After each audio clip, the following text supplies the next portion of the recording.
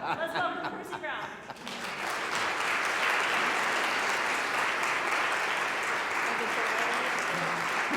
Too funny.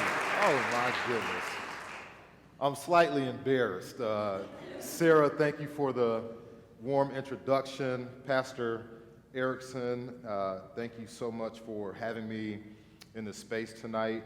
And to my colleague Marilyn, there you are, I see you. Thank you for thinking of me and doing the legwork to make this happen, because the topic tonight is a topic that still confronts this nation, and the only way that we can really tackle it is to be truthful about who we are and where we are, and really consider what we need to do moving forward. Yeah, Sarah, there have been a lot. I grew up in the black church.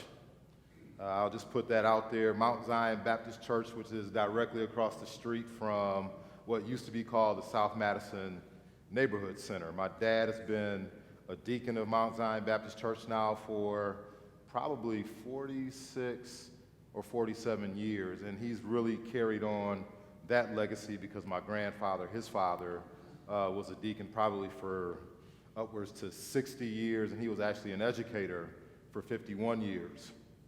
And I'll share a little bit about that story. So yes, there have been times where folks from our church community have said, you know, Percy, you're missing your calling. You're supposed to be up there preaching the good word.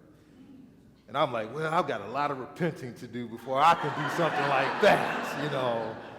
Going back to those 20s, I did a lot of dumb stuff.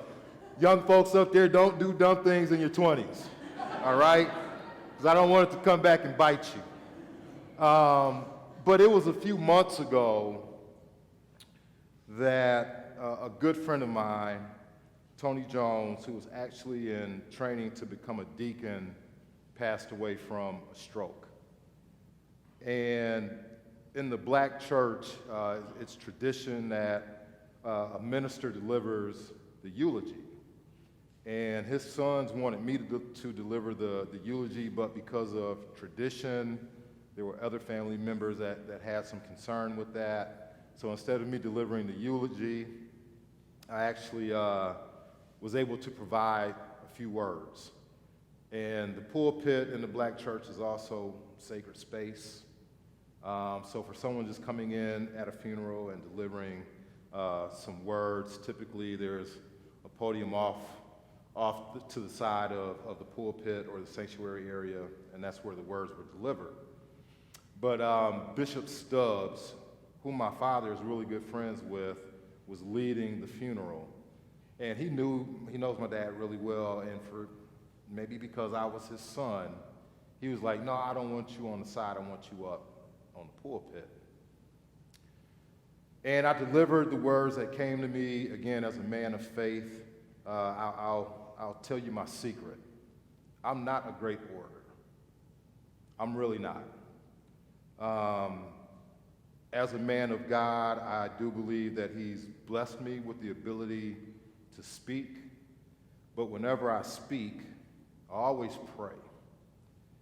And in that prayer, I go through a process of removing myself from this vessel and asking God to replace me with himself. And that whatever the words that come out of my mouth are not my words, but the words that he wants the people that I'm delivering the message to receive. And that's always been my approach. So I'm sharing with you my secret. So it's never me in terms of my process when I have to come in and speak about topics such as racial equity. So I went through that, and then afterwards, Bishop Stubbs, he pulled me to the side, and he was like, man, you are a bona fide preacher. And I'm like, well, I just don't know if I've been called. I said, I don't know if that's me. And he was like, it doesn't matter. He said, there are all different types of preachers. God chooses people to deliver the message in many different ways. And he said, for you, you're a topical preacher. You bring information about social issues that people need to hear. And I don't always have to use scripture, but it's me being centered in my faith and allowing Percy Brown to kind of step outside of my body and allow the Holy Spirit to come in and do the work. So that's the secret. So I guess even though I don't preach from a pulpit or don't preach from the book, I do believe that I am one of his vessels. And my screen is not showing.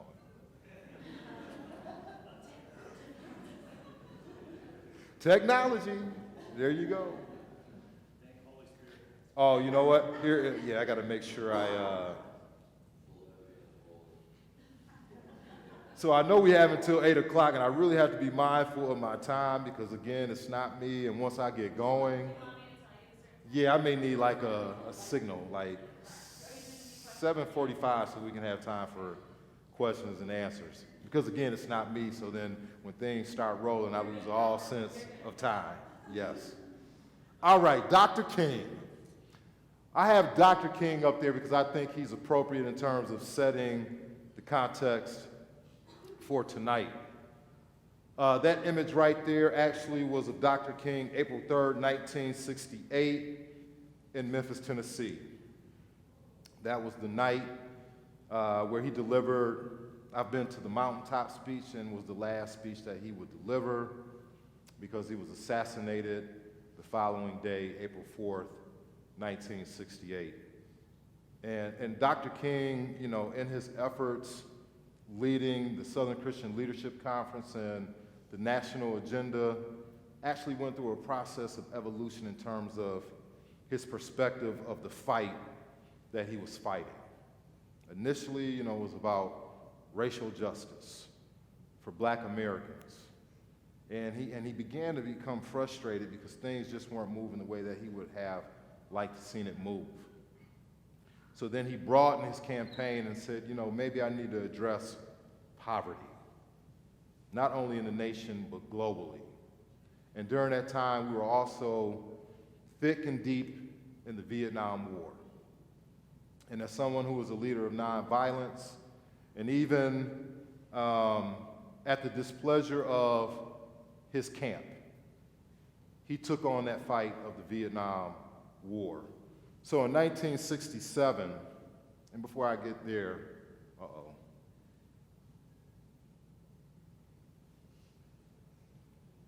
we need to reset it?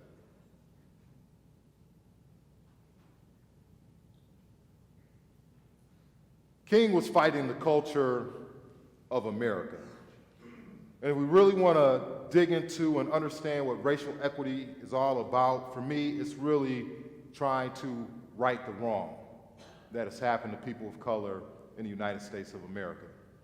And in particular, Black Americans. I can get into the story of the indigenous population, but someone that's a Black American, I just want to focus on that because oftentimes, and Sarah can probably speak to this, as, you know, as educators, sometimes when we're talking about leveling the playing field, it's very difficult for folks to center in on Black students.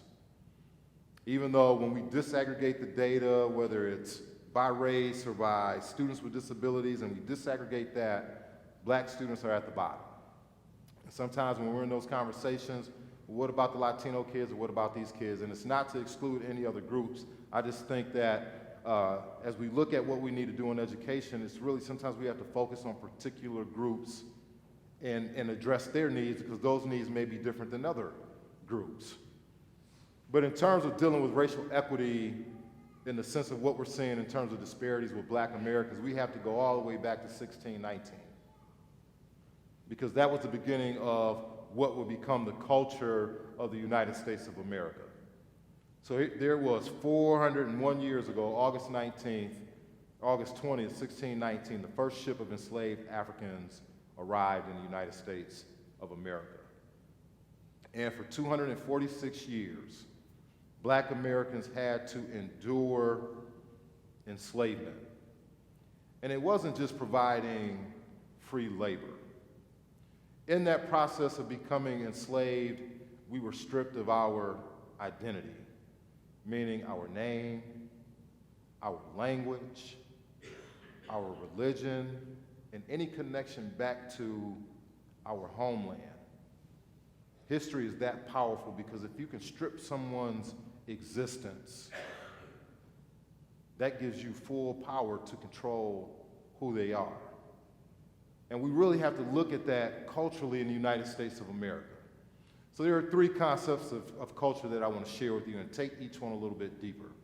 The concept of culture is inherently group-oriented because culture comes from human interactions with each other. Human interactions with each other. Now let's not even talk about the 246 years of slavery, but let's talk about the 100 years post-slavery. 1896, Plessy versus Ferguson. Separate but equal was constitutional, which created a culture in America where we were dividing ourselves along racial lines because of the law. Our U.S. Supreme Court put that in place, and we had communities across this nation that were racially segregated, even here in Madison, Wisconsin. There were neighborhoods, the Greenbush neighborhood, if you're familiar with that community, it was restricted to black folks, Italians, Sicilians, Jews, and Southeast Asians. So even back then in the 1930s, if you were Jewish or Italian, you weren't considered white because back then, white was white Anglo-Saxon Protestant. So we had all of this going on, even in the church, right? Why do we have a black church and a white church? Although we worship and praise the same God. And Sunday is still the most segregated day of the week. But if we want to address racial equity, we have to confront those inconvenient truths. So that's just one example of how culture worked against bringing us together through law. Do I have to be closer to this? Can you click for me? All right, the second point. Culture is a complex whole which includes knowledge, belief, art, morals, law, custom, and any other capabilities and habits acquired by humans as a member of society. 246 years of slavery, followed by 100 plus years of Jim Crow and separate but equal, Black Americans had the experience being dehumanized in our culture. And we can take that all the way back to the US Constitution with the Three-Fifths Compromise, where our federal government, for political reasons, were trying to figure out how they were going to count enslaved blacks even though we had no rights. The South was arguing that each slave should count as one person in the state population. And the North was like, oh no, we can't allow that to happen. Even though slavery existed in the North and there were plantations along the East Coast, it was saturated in the South. And if Southern states could count each slave as one person, they would control the House of Representatives.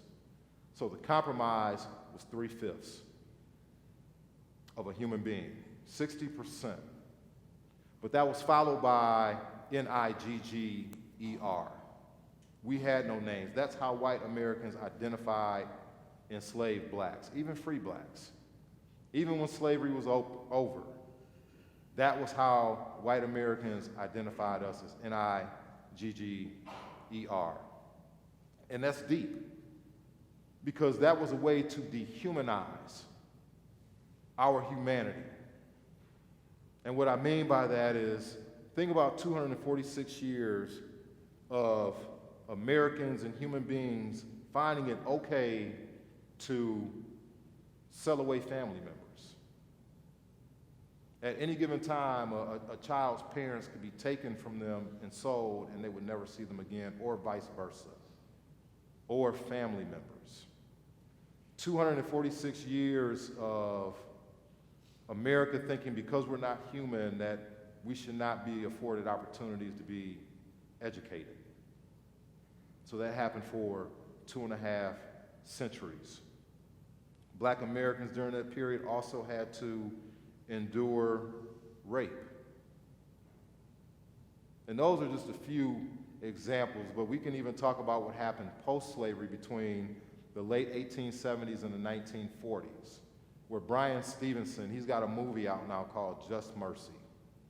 And if you ever go to Alabama, you should visit his museums because he has a lynching memorial where he's done so much research that he's uncovered that between that time period, the late 1870s to the 1940s, there were over 4,500 lynchings on record of black Americans that were committed by white Americans. And that museum just, it will blow your mind because he has these like bronze memorials for all of the 4,500. And when you start walking, you're like eye level. But then you start going down a spiral pathway. And as you're going down, now those memorials are now hanging over your head. So it's a different way of looking at that experience. And here's what's unfortunate about those lynchings. Oftentimes, it happened on Sundays, was announced in white churches, and would have groups of people, sometimes anywhere between 2,000 to 10,000 people, to come and experience the torture and the killing of a black American. And that was a part of our culture. It was customary because they would take pictures of lynchings and they would be postcards. They would take body parts as souvenirs. This is a part of American culture that we don't want to confront and just want to wish it away. And whenever we try to bring that stuff up, it said, oh, it happened so long ago. But that's not true. My grandfather was born in 1899 in Mississippi. His father was born in 1863. Slavery was still legal, even though we were in the middle of the Civil War. So in the span of human history, and for me, and being in front of you tonight, I'm only 3 generations removed from enslavement. So when you think about that, it really wasn't that long ago. Or the fact that because of law, my grandfather was not able to vote for the first time until he was 65 years old, simply because of the color of his skin. Born in 1899, and it was the Voting Rights Act, even though we had amendments passed that guaranteed equal protection of the laws.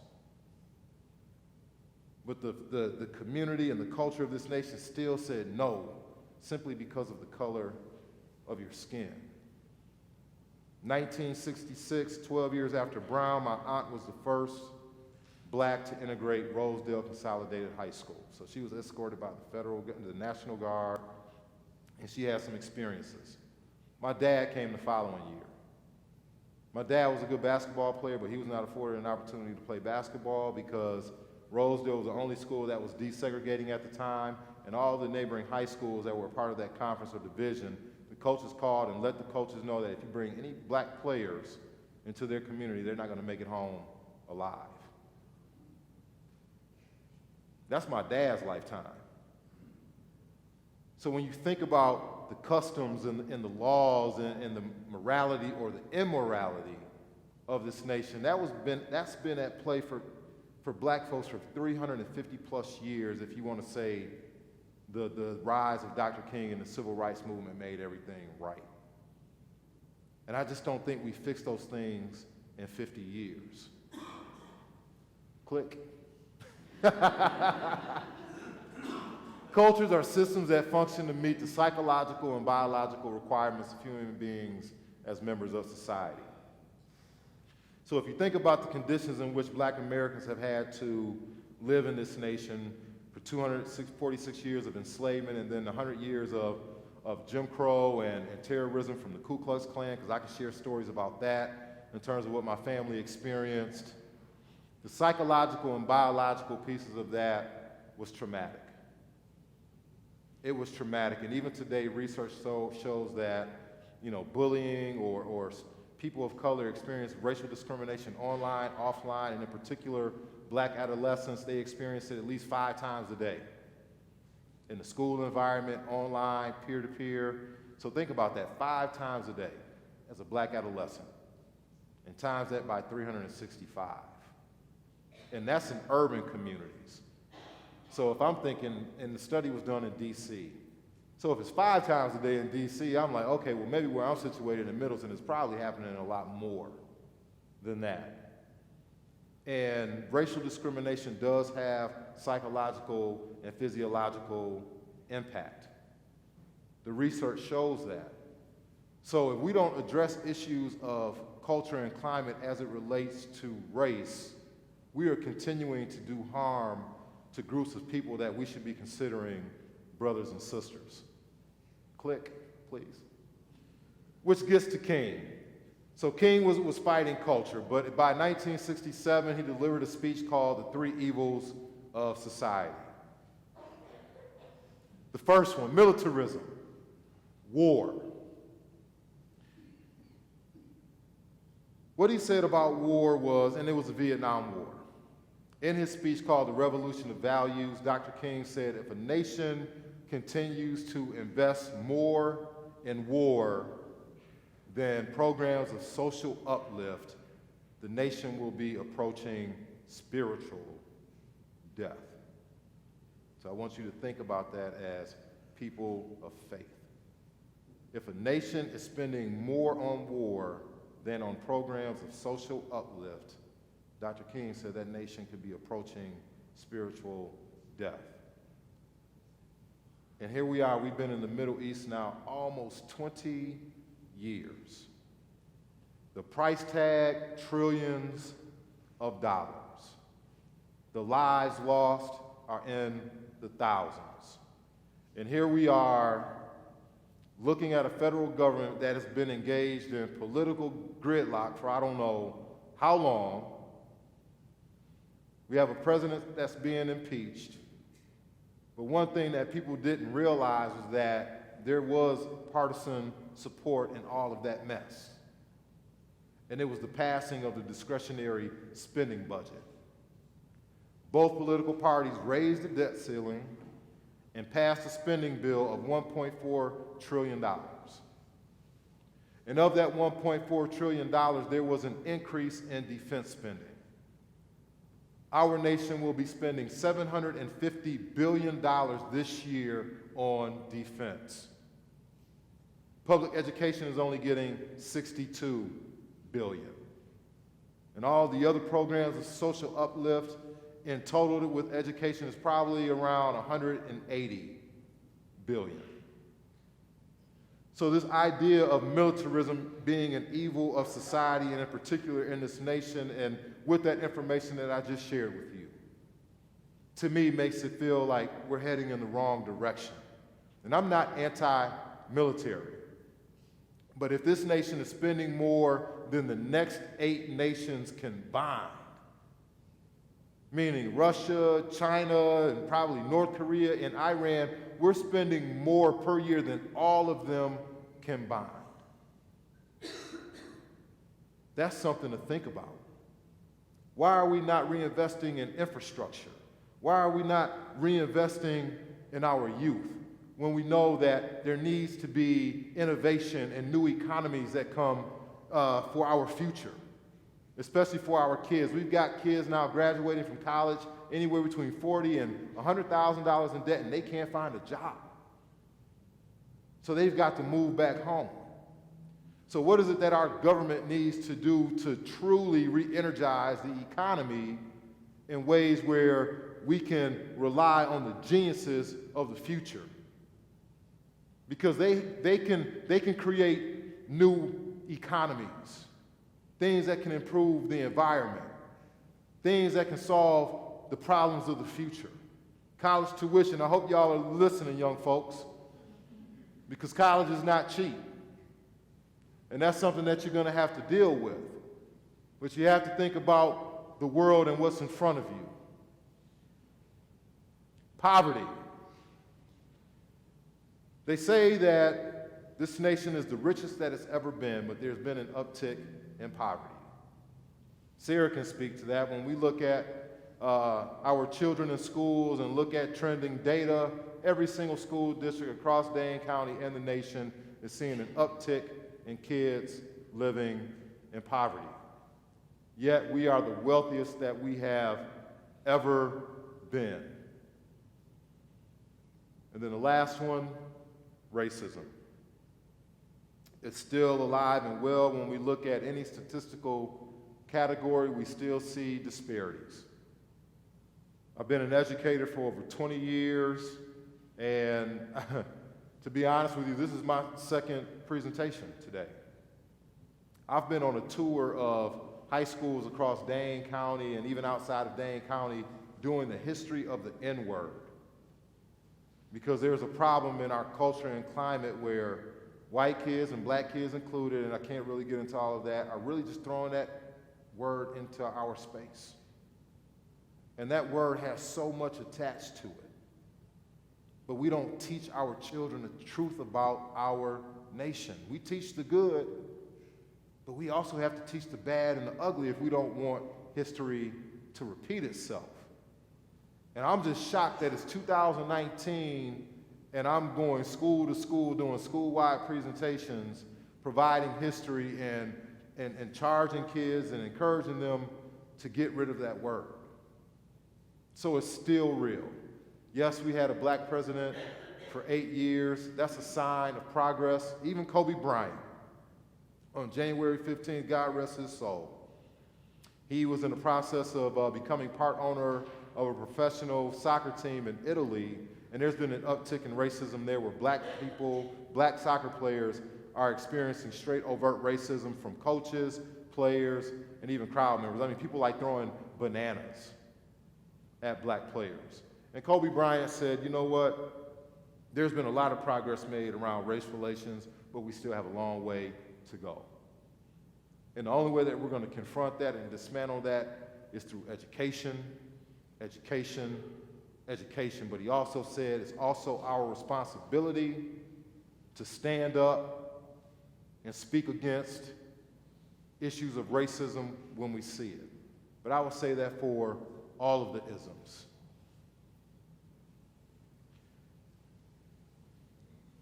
I'm going to point the finger at the moderate a little bit. Dr. King from the Birmingham jail said that I must confess that over the past few years I have been gravely disappointed with the white moderate. I have almost reached the regrettable conclusion that the black American's great stumbling block in his stride toward freedom is not the white citizen's counselor or the Ku Klux Klanner, but the white moderate. And what he meant by that was that he felt that white folks that were not overt racists or part of the Ku Klux Klan were being too complicit in what was happening to black Americans in this nation. He was okay and saw all of the support when white folks rallied when it was violence, right? White folks came together when the Birmingham, when the church was bombed in Birmingham, Alabama, or when Bull Connor was beating black folks just for the right to vote. He said white folks rallied, the white pastors rallied. But when it came down to reallocation of economic, social, and political power, that's when it fell on deaf ears. Even when he came to the North, when he came to Chicago one time and they ran him out. And he said it was really interesting that Northern politicians, when it came down to civil rights legislation that impacted the South, they always voted in favor. But the issue in the North was housing discrimination. So when there were housing bills on the Senate or the Congress floor coming from the federal government, he said all of the folks from the North voted against it. So if there was anything around racial justice that applied particularly to their communities, they voted it down. So Dr. King was in this place where he felt like the white moderate needed to do more. And that's what I think we still have to confront today, but it's not just the responsibility of the white moderate. We have to engage in new ways of thinking. We have to truly learn how to walk side by side one another as brothers and sisters. but we're still segregated by race. The United States of America, the map today says we're more segregated by communities today than we were in the 50s and 60s. So if that's the case, how are we truly post-racial? Which leads to Wisconsin and our identity crisis. Wisconsin, and in particular Dane County and Madison, we like to pride ourselves on being progressive, forward-thinking, and maybe sometimes liberal. But there were over 40 organizations and public health institutions that made a statement and declared that racism is a public health crisis in the state of Wisconsin. The National Assessment of Educational Progress came out with its annual academic report, and Wisconsin has the largest black-white academic gap in the nation, meaning that white kids are not performing as well in the state of Wisconsin compared to states like Mississippi. And that blows my mind because I've spent several summers in Mississippi. I've done my undergraduate studies in Mississippi. I have first cousins who are educators and principals and buildings, and if you were to ever go into one of their schools and see what they don't have. But those kids are still doing better. I mean, high schools with biology and chemistry classes, but no labs. Computers from the 90s. The high school that my parents, that my dad and his uncle and aunts integrated is now 100% black. It's 100% in poverty. Their gym caught on fire a few years ago. They haven't had the funding to rebuild it, so now Phy-Ed classes are actually in the classroom. The cafeteria caught on fire. They don't even have a cafeteria. If you go and look at that high school right now, it looks third world. But 17 miles away, there's this beautiful private school, K-12, called Bayou Academy. And you can probably guess what the student demographics looks like. But that's Mississippi. But yet black children are still doing better. Wisconsin by Wallet Hub was just labeled the most segregated state in the United States of America. And Wallet Hub also said that the city of Madison is the best place to raise a family. But that is not the case if you are black and have children in the city of Madison. But Madison has history. There used to be Klan rallies on King Street. Thousands of folks in Klan robes marching up across the square. Nakoma, does anybody live in Nakoma? Nobody lives in Nakoma? All right. Nakoma was developed in the 1920s. And the Realtors Association in its covenant said that they would not buy or sell homes to NIGGERs. And then they changed it to Ethiopians in the 1970s. Shorewood Hills was the same way. I grew up on the south side of Madison, and in 1984, because of housing patterns and racial segregation, the U.S. Department of Education mandated MMSD to desegregate its schools. So when I was in fifth grade in 1984, 30 years after Brown, I was part of a desegregation plan that MMSD had to engage in. And they paired 4 elementary schools. It was Lincoln and Midvale, and Franklin and Randall. And here's a story that a lot of people don't know. It was supposed to be Lincoln and Thoreau, but Thoreau is situated right in Nakoma. So the night of the vote, there were a lot of families from Nakoma that came in and raised a lot of noise. So at the last minute, without the Midvale community knowing, they dropped Thoreau and added Midvale.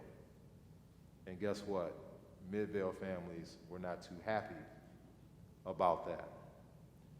So right here in Madison, 1984, this community was dealing with issues of racial segregation and trying to make it right. So what you see right here, okay, so yeah, Wisconsin is progressive. Wisconsin's thriving economy, or one aspect of that, is the prison system. And what's crazy about the prison system, first in the United States, and then I'll talk about Wisconsin, is we pride ourselves in being a democracy and being a country of free ideas and freedom. We make up 350 million people in a world of 8 billion. Yet we have 25% of the world's population of inmates locked up right here in the United States of America. The world's population, we make up a quarter of the world's prisoners, yet we're only 350 million people out of 8 billion. You can't see the full graph right here, but these are the incarceration rates, and the first one is the United States of America in blue. And all of the countries underneath are actually developed countries that are a part of NATO. So we are locking up way more people than all of these other nations that are a part of NATO. That yellow graph is the state of Wisconsin. So per capita, based on a population of 100,000, the state of Wisconsin is locking up that much more people than other NATO nations. You can click for me, my friend. This is what it looks like by race, per 100,000 people. So out of every 100,000 white people in the state of Wisconsin, only 416 are incarcerated. 622 for Hispanic, 4,042 for blacks, and then 2,639 for Native Americans.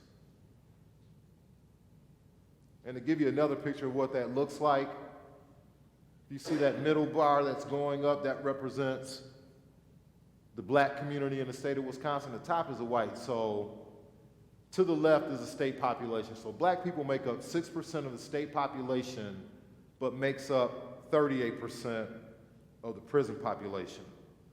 And 80% of black folks that are locked up in Wisconsin have been convicted of non-violent crimes. We've got a lot of black men in state prisons that have been convicted of being in small possessions of marijuana. Even though Illinois just legalized, Michigan has just legalized, and I was actually part of a panel discussion with Kim Cowell, who's the executive director of the Wisconsin Rural School Association, and we were talking about the impact that will have on Wisconsin residents. For those folks who want to drive across the border, purchase marijuana, and then the chance that they're taking when they come back. And what impact will that have on people that live in Milwaukee, Racine, and Kenosha, who are primarily people of color? Kim already told me, because Michigan legalized before Illinois, he already said that it's impacting rural communities where people are going to Michigan, coming back, and getting caught up, and now are in the criminal justice system. But when you see that type of disproportionality and it's not related to violence, that's fundamentally broken. But the cost. State of Wisconsin spends $1.1 billion a year on the prison system. And we've got about almost 25,000 people locked up. And when you break that down per inmate, it comes to $38,000 per inmate a year that the state of Wisconsin is spending on the prison system. So for every person we lock up, the state is investing $38,000 on that inmate. But for public education, and you can't really see it, we're only spending $10,000 on our children. To me, that's fundamentally broken. We're investing $1.1 billion, but almost 10 years ago, our state assembly decided to cut $1.6 billion out of education in order to fill the $3.6 billion shortfall that the state had. Why did it have to be education that got cut like that? I mean, man, we're spending $1.1 billion. Maybe we need to reassess what's happening in our communities where we've got so many people locked up. Maybe we need to think about how do we reinvest in economies and education to give people skills so that they're not committing crimes. Because the research says the more education you have, the less chance you have of being incarcerated. So something is fundamentally broken again within our government. But we're the people, right? Isn't it supposed to be a nation that was for the people and by the people? Do we have to think about doing more than just pulling a lever and figuring out what do we need to do to come together to maybe hold our politicians at the federal level and at the state level accountable? To maybe rethink what they need to do in terms of serving the people?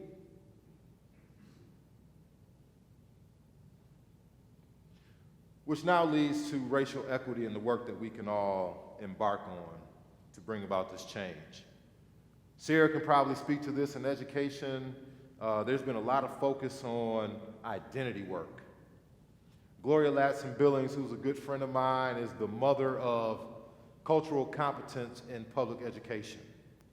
And she says in order for a teacher to be culturally competent, you have to first know thyself.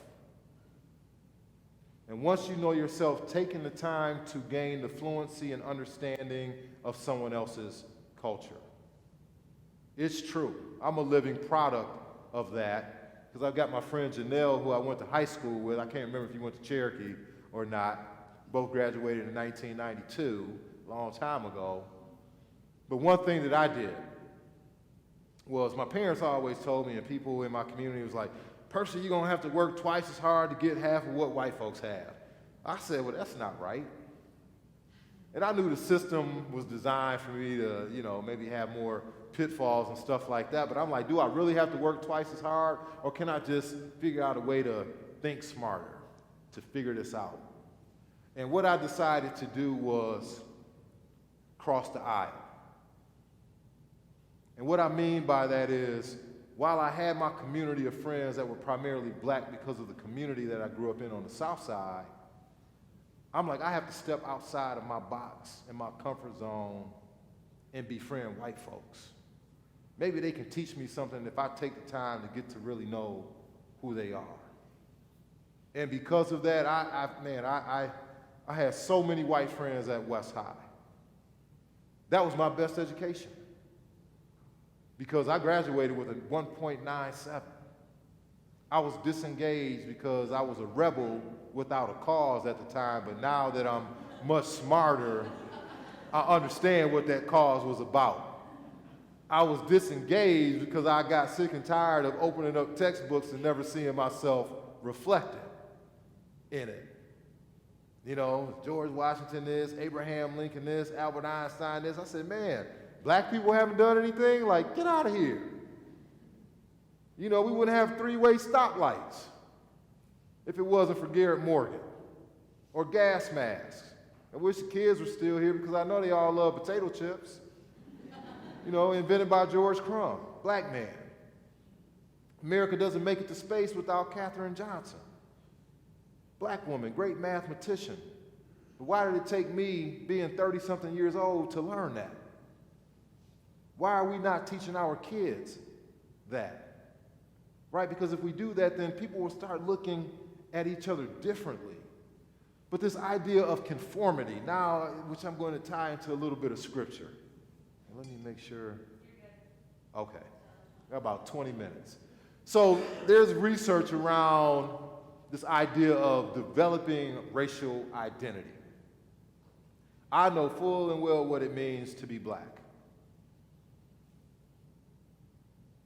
How many black people are in here? So I know that.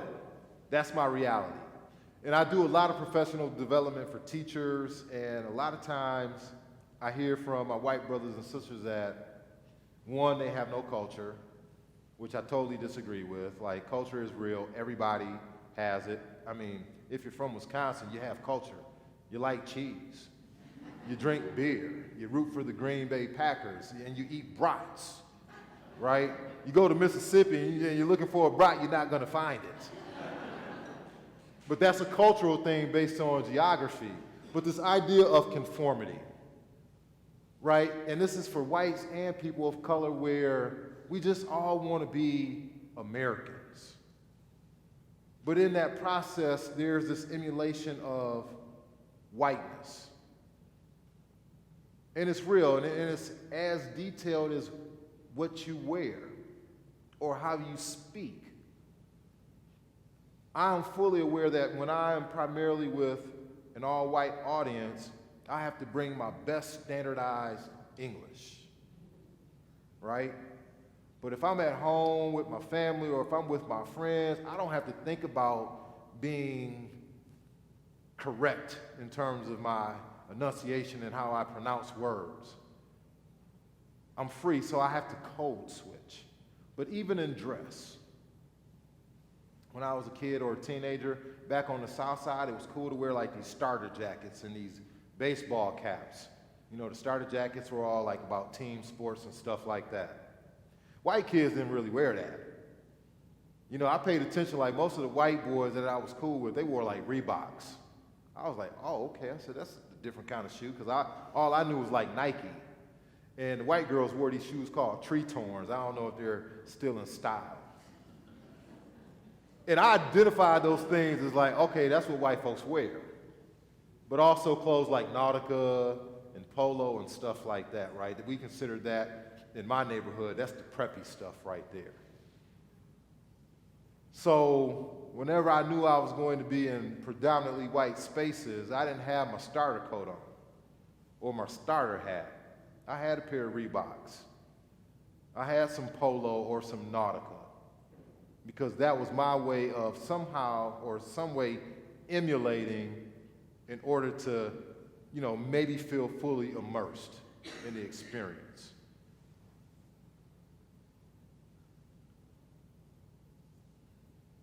Did you skip one? Can you hit one more?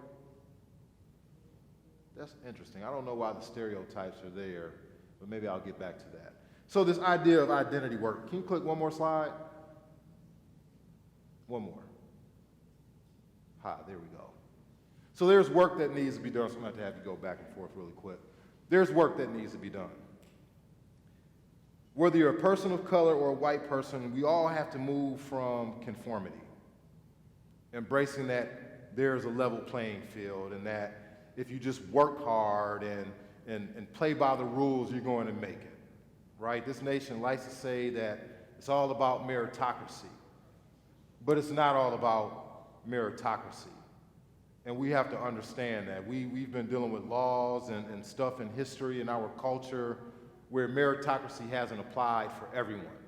Dr. King even spoke to it. Dr. King said, I understand, you know, he's like, I believe in hard work. I believe in pull yourselves up by your bootstraps. But how can you pull yourselves up by your bootstraps when you've never been given boots or straps? And you can just go back in history and look at that. But if you go through the work, from conformity to this idea of stage 6, there are different stages, and I can share this with with whoever I need to and get this information to you. You will get to a place where you have an understanding of your racial identity, but then you will start to see how structures, systems, and institutions still perpetuate inequities. And hopefully that will get you to a place where you're like, you know what, now that I see what's happening, I have to do the work to dismantle it. And the only way that you can do that is by becoming an anti-racist. The same work even applies for people of color, because you have people of color that are assimilationists and believe in this idea of meritocracy. But it's not real, even for women, right? Women can have the same qualifications, credentials as a man, and be in the same job, but the woman only is making 81 cents to the dollar compared to a man. Why is that? because this is a society that was built on patriarchal ways of thinking. And I don't think that's okay. Women should be making the same amount of money as a man if they got the same qualifications doing the same job. But we still have a disparity and we need to work through that. But even with people of color, it says finding ways to take their personal sense of blackness into a plan of action or general sense of commitment to concern of the black diaspora.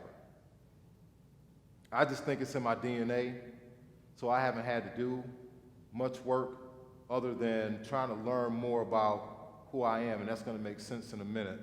But if you can click back really quick. Romans 12:2. Do not conform to the patterns of this world, but be transformed by the renewing of your mind.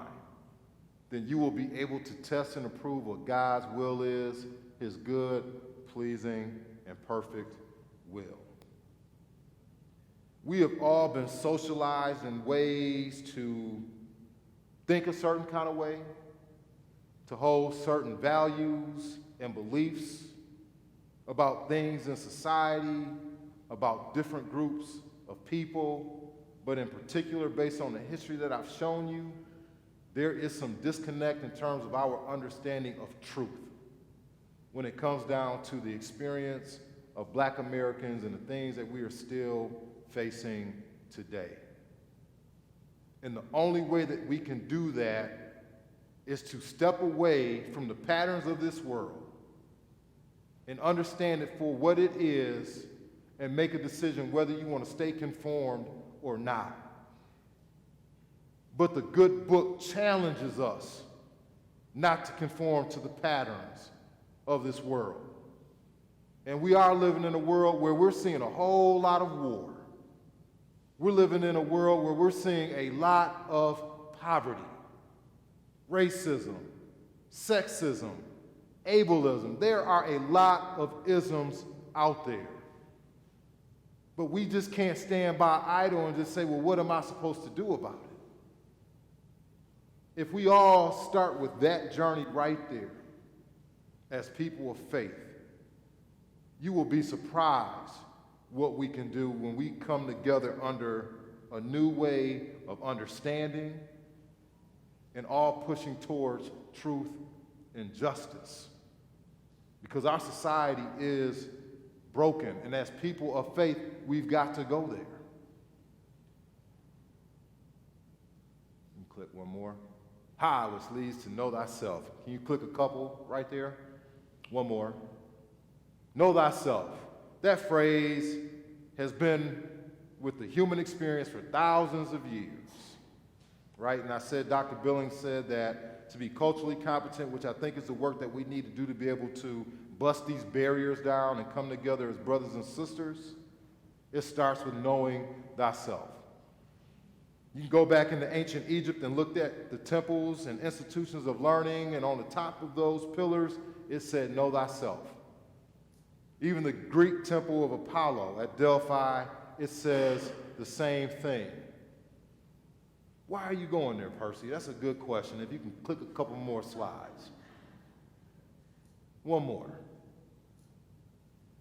Because there's something messed up about race in the United States of America, and that's the only way that we can get at truth is to start with our identity and how this nation defines us.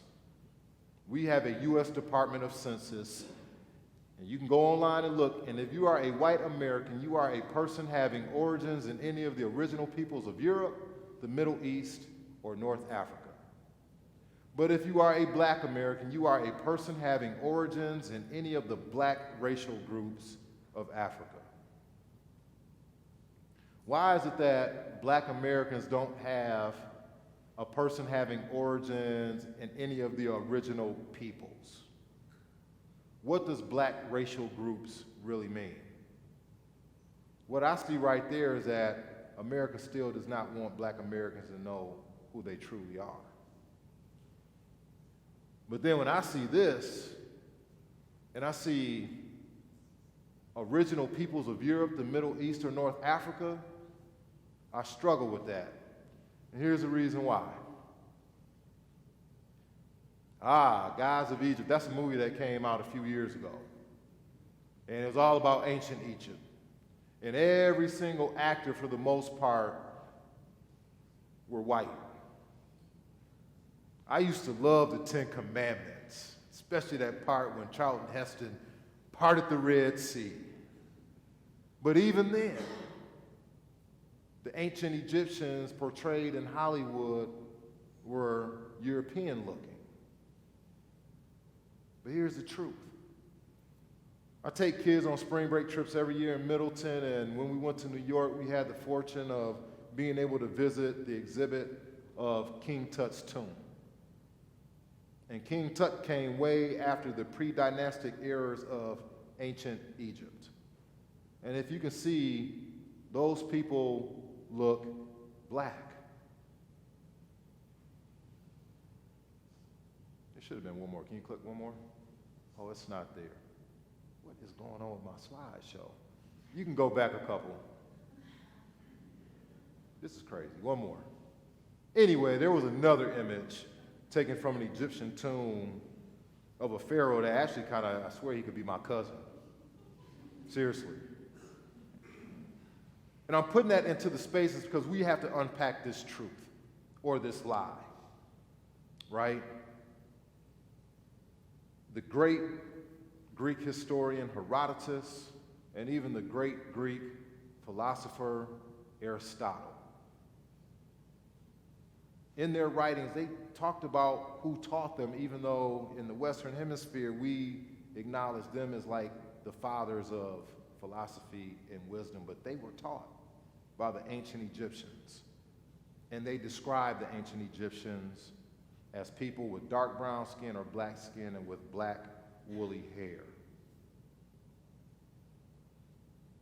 And I can even connect some of that and some of my own research in terms of looking at the geography of Africa throughout centuries, where I can connect Black Americans to the genealogy of the Bible.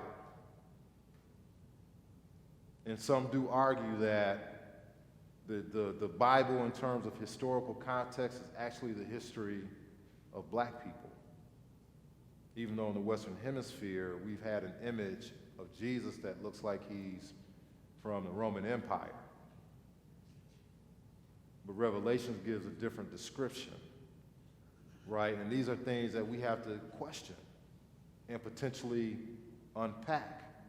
Because for Black people to truly be free, they have to know who they are. But at the same time, if white Americans don't necessarily have ancestry in North Africa or the Middle East, we have to ask, who are you?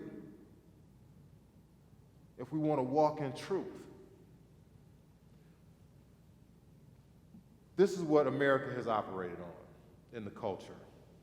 What you see here is a grid or a graphic that shows a racial hierarchy, which came from the work of European scientists or German scientists in the 1700s. Johann Blumenbach, Carolus Linnaeus, and Petrus Camper. For the first time in human history, these scientists believed that there was a hierarchy in terms of the human being experience. So in their science, they determined that based on skin color and physical characteristics, if you were white, you were the supreme being and the closest to God, based on their science. And if you were Black, you were literally less than human and more connected to the chimpanzee family than the human family. This information was reinforced in 1858 when Abraham Lincoln was debating Stephen Douglas. He did not believe in racial equality, and actually in that debate said, I don't think that Blacks and whites will ever be able to live together upon equal footing and equality in this nation because of physical characteristic differences. You see this still being perpetuated today through media, through messaging. If you don't have a certain way of seeing things, you will be bombarded with information that will shape how you think about certain groups of people. You wouldn't think King Kong or the pretty white woman at all when you see LeBron, because your conscious mind is what you're thinking, but the unconscious mind, because of this thing called associations, and in our culture and history, we have always thought a certain kind of way about black people, so somewhere in your mind, you might be processing LeBron with that image.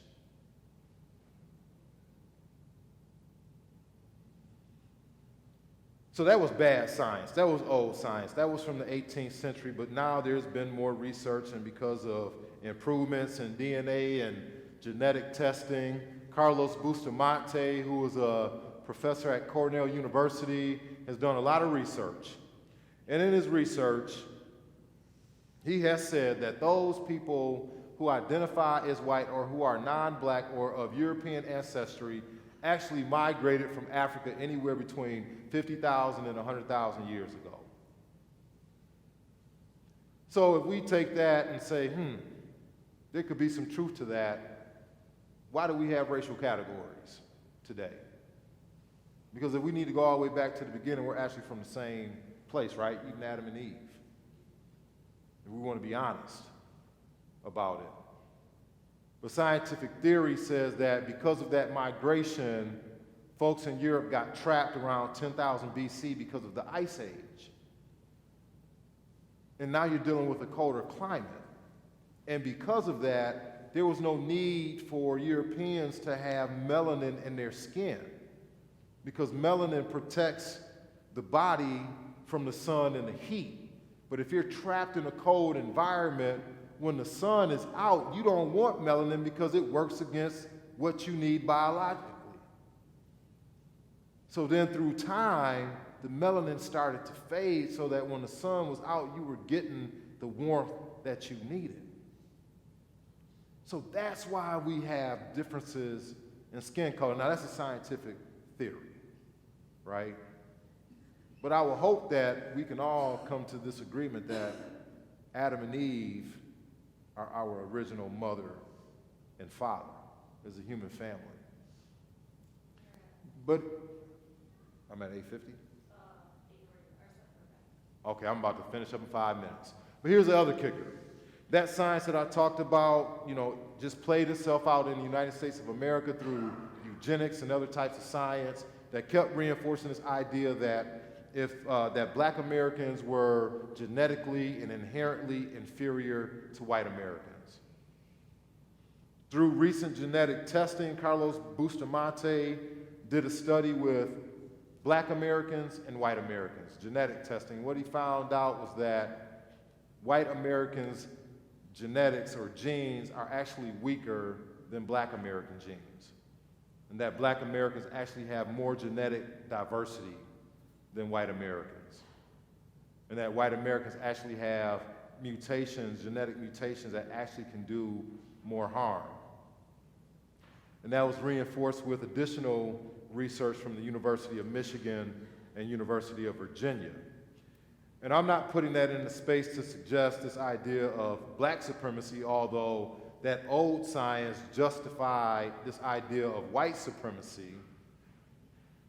But if it is now true that there are no genetic issues within black folks in terms of being able to be educated and have opportunities, we now have to turn to the culture and climate and the conditions in which black Americans have had to experience, and maybe looking at that as the root cause as to why we're still seeing racial disparities today.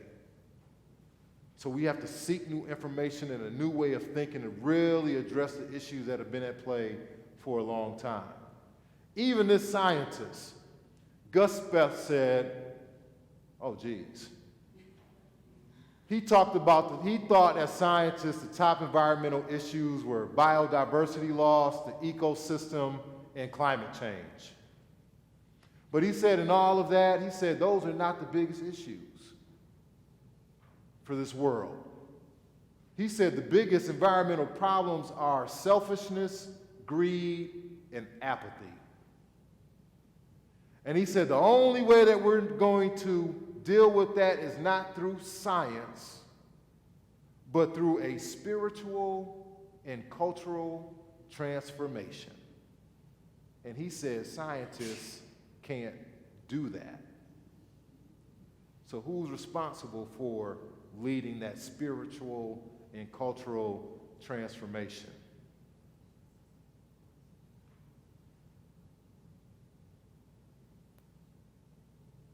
I don't want to get into MLK's, but to know thyself, and this is a different way of thinking about God. To know thyself is to know God, because God made you and I in his image. And in my own journey, I've always been a man of faith, but the more that I've learned more about myself and my history, how I tick, what I value, what I believe has strengthened my relationship with God, which has increased this to know God is to know love.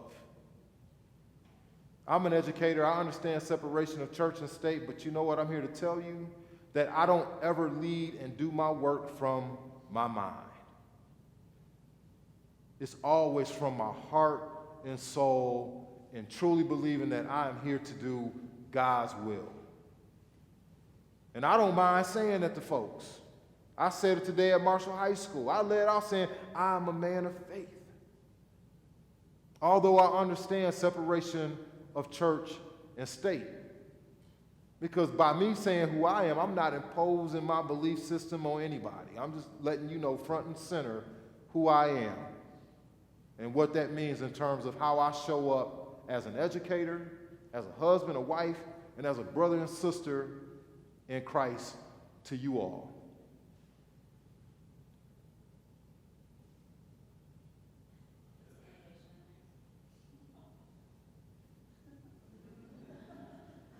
Let's skip the promised land because I know I'm at time. People ask me sometimes, Percy, how do you always have the endurance to do this work? Because it's tiring. It's exhausting. My wife really sees it because when I'm done with my day or I'm doing these workshops, she sees the toll that it takes on me. But this is where I draw my strength, from the armor of God. And when I think about the fight for racial equity, I don't look at you and say, oh, because you're white, you have to do something. I don't see you as racist because I don't fight the fight in the physical realm. Because this war of racial equity is not about flesh and blood, even though that's how we think about race. It gets back to what that scientist said. Racism is evil. And the only way to dismantle that is to fight it in the spiritual realm. And when you fight it there, it's a different type of fight. So I can be in spaces like this with my white brothers and sisters, and I'm not passing judgment on you because I'm coming from my faith. I'm coming from a place of spirituality. So when I'm in this fight day in and day out, I'm fighting it in the spiritual realm. And it's the armor of God that gives me the strength. The helmet of salvation, the breastplate of righteousness, the belt of truth, the sword of the Spirit, the shield of faith, and the feet of peace. I've got it on every single day. This is a war for our individual and collective souls when we talk about racial equity. The solutions are not here. Our intellectual capacity can inform us, but this is about our soul, our connection to God, and especially for people of faith. Are we doing more than Sunday morning service? Are we finding ways to bridge communities? I know Pastor Erickson is going over to Toki and Orchard Ridge. And I haven't been there in a while, but I know there are great challenges in that community. And just like I come to spaces like this and bring a charge to you, there also has to be a charge laid within my own community. This is not a white-only fight. This is not a black-only fight. This is a human family fight. And we don't have to continue to live in a world that keeps us divided. But we have to be willing to transform our minds and say maybe it's okay to break away from this conformity in terms of how society wants us to be, think, value, and believe certain things. So I think this is the last slide, and I don't know why maybe I was playing around with it and I hid some slides that I wasn't supposed to.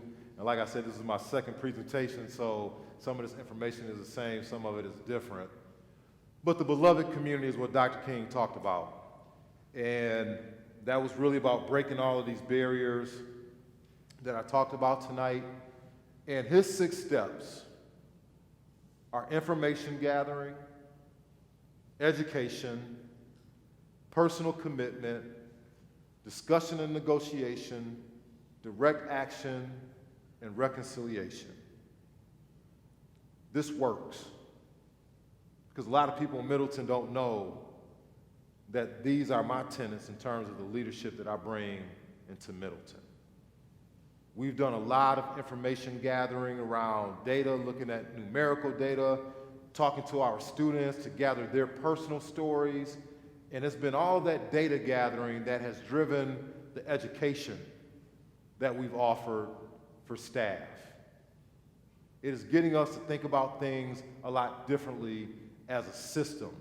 And as part of that education, there is this call for personal and organizational commitment. And I think that that piece has been real in my time there. And boy, I tell you, that discussion and negotiation piece is hard. Because in an effort to diversify our staff, that place right there, the discussion and negotiation has not been easy.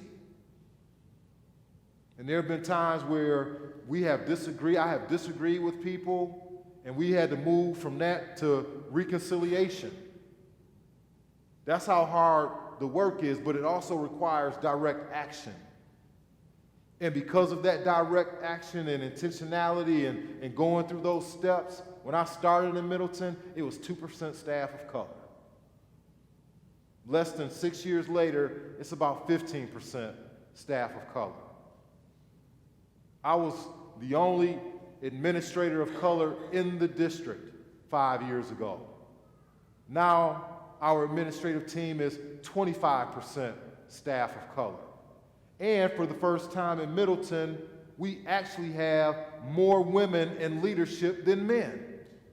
From the superintendent to the assistant superintendent to the director of student services, the director of HR, 5 of our 7 elementary schools, our head principal at the high school, all women. So now we have a district that's led primarily by groups of people who have been oppressed in some capacity, which gives us the greatest chance to do something totally different. No knock on my white brothers, because they've been very instrumental in my life, and we still have white males that are leaders. But even the graduation rates at the high school for Black and Latino kids have been up at least 15 to 25 percentage points over the last 3 years because of these efforts. So if you take these steps as Good Shepherd Lutheran Church, and there's a lot of work right across the street, that's a great starting point. Walk side by side with Pastor Erickson, and maybe find times to engage in the community. And I know that might be hard, but at some point we have to take a leap of faith. And this is why I believe that you can do it. Because everybody that you see listed right here are white folks that have helped make me who I am today. My grandparents, my mother, my father, my church family did a lot as far as a foundation. Paul Bishop in 8th grade encouraged me to get into forensics, so I got into the speech category and memorized Dr. King's I Have a Dream speech and did the doggone thing. I won the local competitions, competed at state in 3 categories, and took 2nd place in 2 and won 1st place in 1. But if it weren't for Paul Bishop at Cherokee Middle School, I would have never had that experience, which I think shaped a part of who I am today. There was a white woman from Texas who was an evangelical minister that I went to see at a revival because my best friend had just got caught selling drugs, and his mom wanted us to go there the night before he turned himself in. There was about 500 people there, and she's doing an altar call prayer, and all of a sudden she just stopped and pointed at me and placed prophecy on me and said, "You are going to be leading many people, and your friends are going to have to follow you." I was 19. I didn't know what that meant, but now I know because I truly believe I'm doing God's will. Reverend Dr. Allen Dennis, history professor at Delta State University in Cleveland, Mississippi, 17 miles away from where my dad grew up. He's the one that encouraged me to major in history because he said, "Percy, if you major in history, get your master's and your PhD, I promise you, you'll be able to teach at any university because there aren't a lot of black professors." But then Bruce Diamond, the late Bruce Diamond, gave me my first job in education. And as soon as I started at Memorial, he said, "Percy, you'd make a great administrator one day." So I went back to school and got my teaching license and started working on my master's, and he mentored me along the way. And then it was George and Don Johnson, Don being the first superintendent who hired me in Middleton, and George followed because they trusted my leadership, and they said, "Percy, spread your wings and fly." And because they believed in me, I've lectured at Harvard, I've lectured at Columbia University. I'm flying all across the nation. When I was a 1.97 GPA student at Madison West, I never would have thought I'd be walking into Harvard trying to educate some folks. And I was scared because I'm like, I hope they don't ask me a question where I don't even understand what they're talking about, right? But these are folks, white Americans, that believed in this black person right here. And if it weren't for my district colleagues, we would not have the successes that we've had seen in Middleton today. It wasn't just me, it was all of us working collectively, but really engaging through those 6 tenets of trying to create a beloved community in our district. But I think we all, as a broader community, need to start walking side by side. But that's a painful process to really bring us together, because you have to dig into the depths of your soul and do that internal work while acknowledging that things have been put in place where it's been rigged for certain folks. And this idea of meritocracy is not necessarily real. But if we see inequities, let's not blame those folks that are in that situation, but figure out a way to bear the cross. And what I mean by that is, got this great description of bearing the cross from Bishop Stubbs. He said that vertical line for you and I is about our personal relationship with God. And the horizontal line is about our service to humanity. Jesus walked with the people. He served the people. That's how we can continue to bear that cross in the name of Jesus, is to make sure that we're constantly in that relationship with God, but in that process making sure that we are spreading our arms and serving humanity. That's all I got for you.